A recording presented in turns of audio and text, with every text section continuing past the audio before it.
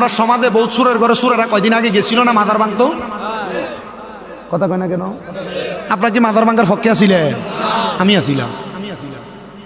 কেন? কারণ আছে। এই যে মাজারটি ভাঙতে গেছে এই প্রত্যেকটা মাজারের খাদেম হয় বাট খান নয় সিটা পরে হুজুর কি লেগা, কারণ দেখেন তাকাই আছে এই যে মাজারটি ভাঙতে গেছে এই মাজারটির একটা লগেও একটা মাদ্রাসা নেই, কথা কন না কেন? একটা মাজারের লগে মাদ্রাসা নাই। আর মিয়া প্রত্যেকটা মাজারের লগে যদি একটা মাদ্রাসা থাকতো, মানে এরা তো মাদ্রাসা করছে না, মাজারের গরু ছাগল যা পাইছে এটি টাকা দিয়ে নিজের পকেট গরম করছে, কথা কন না কেন? এর লাগে আমি যেই মাজারের আন্ডারে মাদ্রাসা নাই মাজারে দান করি না, এটা আমার স্বভাব। আপনি কি করবেন এটা আপনার বিষয়। আমি মাজারের বিরোধী না, মাজারের পক্ষে। কি কই শুনেন একটু মনোযোগ দিয়া। এই মাজারের খাদেমরা যদি লোক একটা মাদ্রাসা বানাইতো, যদি মাদ্রাসার ভিতরে 200-300 ছাত্র থাকতো, যে ফকিন্নির ফুলারা মাজার ভাঙতে গেছিল এই 200-300 ছাত্র যদি 200-300 লাঠি নিয়ে ধরে নিয়ে দিত, মাজার ভাঙার ক্ষমতা তার বাপের ছিল। এর লাগে আমি মাজার ভাঙার পক্ষে। মাজার যে এনে আছে এনে একটা মাদ্রাসা লাগবে, কথা কন।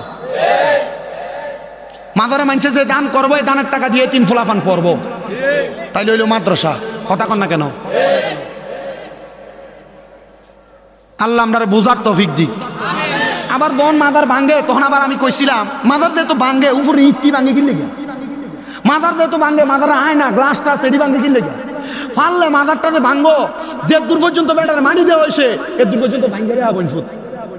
কারণ আল্লাহ তো কইছে এরা জিন্দা, তো তুমি যদি এর দূর পর্যন্ত যাই যদি দেখো জিন্দা, তখন তার আর ক্ষমতা আছে মাজারটা ভাঙ্গা? এর দূর তো ভাঙ্গে নাই। সুরের মতো যায় যে রাত্রে ভাঙছে, নাহলে কোনো রকম যায় হামলা করে ভাঙছে। যদি কোনো কিন্নির ফুলারা মাজার দিয়ে ভাঙতে গেছে, এরা যদি ঘোষণা দিত আমরা কালকে গাজীপুরের মাজার ভাঙতে যাবো, কলজাটা খুলে লাইতো না। কারো সুন্নিরে কেমনে বইয়ে থাকবো? আমরা মারামারি করি না, আমরা লাঠি লয়ে নামি না, আমরা কারোর সাথে দ্বন্দ্বে যাই না। কারণ আহলে সুন্নাত ওয়াল জামাত দ্বন্দ্ব মারামারি কাটাকাটি শিখায়। আল্লাহ আমরা বোঝার তৌফিক দিক। আমি নাচতে কইছেন আমি না। ওই ইমানদার বান্দার রূহটাকে জিন্দায় অবস্থায় ইমানদাররে দেওয়া হবে। হে কুচাইতলির মানুষ, হে আমার কুচাইতলির বাবারা, হে আমার কুমিল্লা শহরের আমার যুবক বন্ধুরা, একটু মনোযোগ দিয়া শোনো। যেহেতু আমার পর্দার সাবজেক্ট দিছে, এ মুরব্বী বাবারা, তুমি তোমার বউডারে পর্দা করায়ও, তোমার মাইয়াডারে পর্দা করায়ও, তোমার কন্যাটারে পর্দা করায়ও, তোমার মারে পর্দা করায়ও, তোমার বোনরে পর্দা করায়ও। মনে রাখো মা বোন বউরে বেপর্দা ঘুরাইয়া তুমি মরবা, কবরে গেলে শান্তি পাইবা মনে করছো? না না না, মনে রাখো এরা বেপর্দা চলার কারণে আল্লাহ তোমার কবরে আযাব দিব। বলে হুজুর কেন, কিভাবে আযাব দিব? আমি আপনাদের কাছে দামেস্কের একজন বড় আল্লাহর ওলির কথা শোনায়া দেই, যিনার নাম হযরতে ফতে আলী সুবহানী রহমতুল্লাহ আলাই। এই ফতে আলী সুবহানী রহমতুল্লাহ আলাই বলে, আমি মেশকাতুল মাসাবির কিতাবুস সালাত অধ্যায়ের একটা হাদিসের উপর আমল করি। হাদিসটা কি? নবীজি বলছেন, আমি প্রত্যেক দিন ফজরের নামাজ পড়ে সূর্য উদয় হওয়ার আগ পর্যন্ত নামাজের মুসল্লা ত্যাগ করতাম না। নবীজি কেন? বলে আমি সূর্য উঠার পরে 2 রাকাত নামাজ পড়তাম, ওই নামাজের নাম সলাতুল ইশরাক। মারহাবা, ওই নামাজের নাম সলাতুল ইশরাক। হযরত ফতে আলী সুবহানী বলেন, আমি ইশরাকের নামাজের নিয়ত করব, প্রত্যেক দিন এমন ভাবে নামাজ পড়ি, কিন্তু আমি ওই দিন হঠাৎ করে আমার নামাজের মুসল্লার মধ্যে ফজরের নামাজের পরে সূর্য ওঠার অপেক্ষা করতেছিলাম। এমন টাইমে আমি আর সূর্য ওঠার অপেক্ষা করতে পারি নাই। আমার চোখটা একটু রাত্রে অর্ঘুম থাকার কারণে লাইগা আসছে। আমি ঘুমায় গেলাম। আমি ঘুমানোর পরে হঠাৎ করে দেখতে পাইলাম আমার ঘুমের ঘরে একজন সুন্দর চেহারাওয়ালা মানুষ হাজির হয়ে গেছে। হাইরে, এই সুন্দর চেহারাওয়ালা মানুষটারে দেখতে কেমন লাগে জানুনি?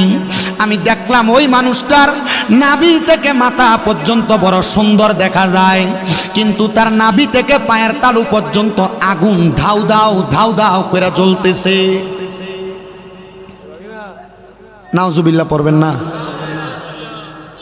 ওই আল্লাহর ওলি বলেন, আমি স্বপ্ন দেখলাম একজন মানুষ জিনার নাভি থেকে পায়ের তালু পর্যন্ত আগুন, আর নাভি থেকে মাথার তালু পর্যন্ত ভালো।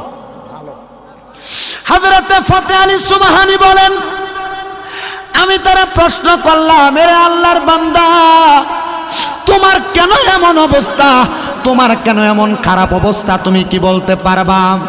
তিনি আমারে ডাক দিয়া কই, হুজুর আমি দুনিয়াতে নামাজ কম পড়ি নাই, আমি বড় বুজুর্গ ছিলাম। আমি দুনিয়াতে ইবাদত কম করি না, আমি বড় বুজুর্গ ছিলাম। কিন্তু হুজুর, ও পানের হুজুর গো, আমি দুনিয়াতে থাকা অবস্থায় আমার একটা কন্যা সন্তান ছিল, যার বয়স ছিল 13 বছর। আমি আমার কন্যাটারে কোরআন হাদিস মোতাবেক মানুষ করেছি। আমার কন্যাটাকে সুন্দরভাবে পড়ালেখা করাইছি। আমার মাইয়া পর্দা করত, বেপর্দা বেহায়াপনা কইরা পরপুরুষের সামনে যাইতো না। কিন্তু হুজুর, আমি যখন ইন্তেকাল করি, আমার স্ত্রীর গর্ভের মধ্যে একটা বাচ্চা ছিল, যেই বাচ্চাটার বয়স ছিল মাত্র 5 মাস।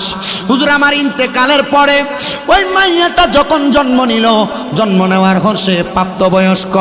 কিন্তু আমার প্রথম মেয়েটার মতো আমার দ্বিতীয় মেয়েটা হয় নাই। আমার মেয়েটা বড় উগ্র ছিল, বেপর্দা বেহায়াপনা কইরা ঘুরতো। আমার মেয়েটা বেপর্দাভাবে চলাফেরা করে। এই জন্য আমার আল্লাহ তাআলা আমি আব্বার কবরের মধ্যে আমার মেয়ের কারণে আযাব দেয়।